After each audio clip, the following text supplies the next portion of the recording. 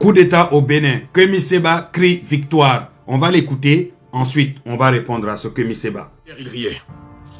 Aujourd'hui, ils s'inquiètent. Demain, ils s'excuseront. Coup d'État au Bénin. Coup d'État au Bénin.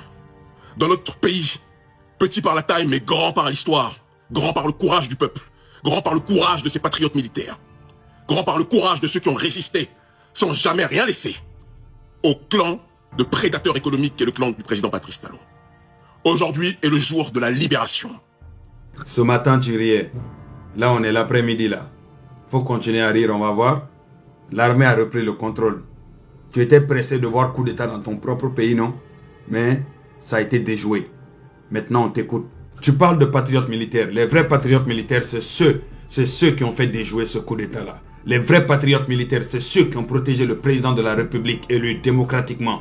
Les vrais patriotes militaires, c'est ceux qui ont protégé la stabilité du Bénin, la paix du Bénin et la sécurité des Béninois. Pendant que toi, avec un passeport étranger diplomatique, tu es caché je ne sais où là, à souhaiter un coup d'État à ce pays-là. Là où Patrice Talon a construit ce pays-là, en tout cas, il a fait de son mieux, il a gardé la stabilité comme il pouvait. Et je tiens à te dire, c'est de la lâcheté, tout en sachant que le même président a décidé de ne plus se représenter et partir du pouvoir à partir du 6 avril, si je ne me trompe pas, en tout cas, mois d'avril 2026. Alors, quelle est la raison de cette coup d'État? Coup d'État qui n'a pas de sens. Juste des voyous qui veulent prendre le pouvoir. Juste des criminels qui veulent prendre le pouvoir et qui sont accompagnés des vauriens comme toi, Kémy Séba. Je suis désolé.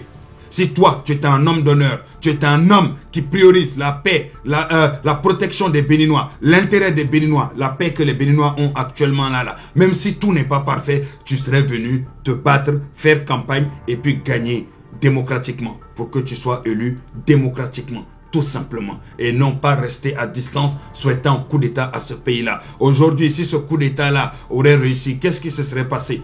Le pays qui s'appelle le Bénin serait de plus en plus déstabilisé. S'il y avait 2-3 attaques chaque mois, il va y avoir désormais 10 attaques chaque mois. Et désormais, qui va souffrir?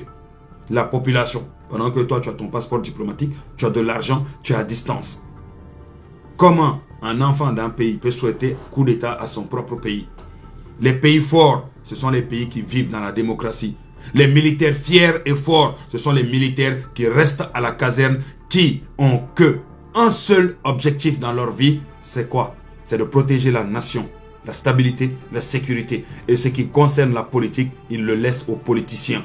Il n'y a que les militaires qui veulent bouffer, des militaires qui veulent venir en mode brigand, en mode criminel au pouvoir. Il n'y a que eux qui décident de faire coup d'État à quelques mois du départ du président. Un président qui a décidé de ne pas se représenter. Un président qui a décidé de laisser le pouvoir. Il suffit d'aller voter, il suffit d'organiser des élections. Vous voulez faire coup d'État. Parce que pourquoi? La stabilité du Bénin ne vous intéresse pas. La paix des Béninois ne vous intéresse pas. La sécurité des Béninois ne vous intéresse pas. Tout ce qui vous intéresse, c'est votre propre intérêt. Et ceux qui vous envoient, ceux qui vous payent énormément d'argent pour que vous venez déstabiliser ces pays-là. Je tiens à dire au peuple béninois, restez derrière votre président, restez derrière votre État, restez derrière les militaires qui ont décidé de rester démocratiques, les militaires qui ont décidé de garder leur dignité et qui ont décidé de faire le travail pour lequel ils ont signé, c'est-à-dire protéger le peuple, protéger les biens et les personnes. C'est aussi simple que ça. Leur objectif, c'est pas d'être au pouvoir ou de faire des coups d'État.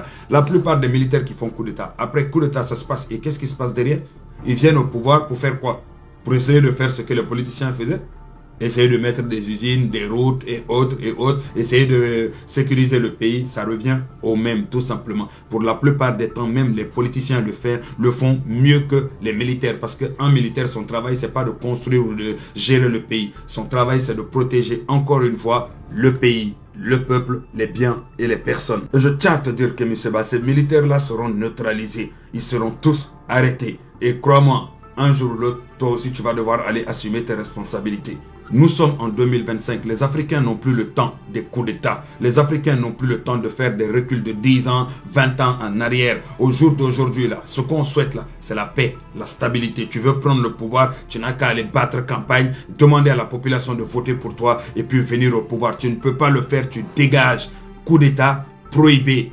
Si vous, population béninoise, vous restez dans ces conneries-là, et puis vous laissez des gens viennent faire coup d'État dans votre pays-là, vous allez voir comment vous allez reculer. Vous allez voir comment la paix que vous avez au Bénin, là, hein, la stabilité que vous avez au Bénin, même si vous avancez pas à 100%, au moins, même si vous avancez à 20-30%, là, il faut savoir juste une chose. Après coup d'État, il n'y a plus avancement, il n'y a rien du tout. Il n'y a plus d'état de droit, il n'y a rien du tout. Les choses vont tomber, aller de plus en plus vers le bas. Sachez-le. Et on espère que la CEDEAO ne va plus tolérer ce genre de choses-là. Vive le peuple béninois, vive l'état de droit, vive le président Talon. Parce que même si je ne suis pas avec lui, il ne faut jamais faire un coup d'État contre un président qui a été élu démocratiquement par le peuple, pour le peuple.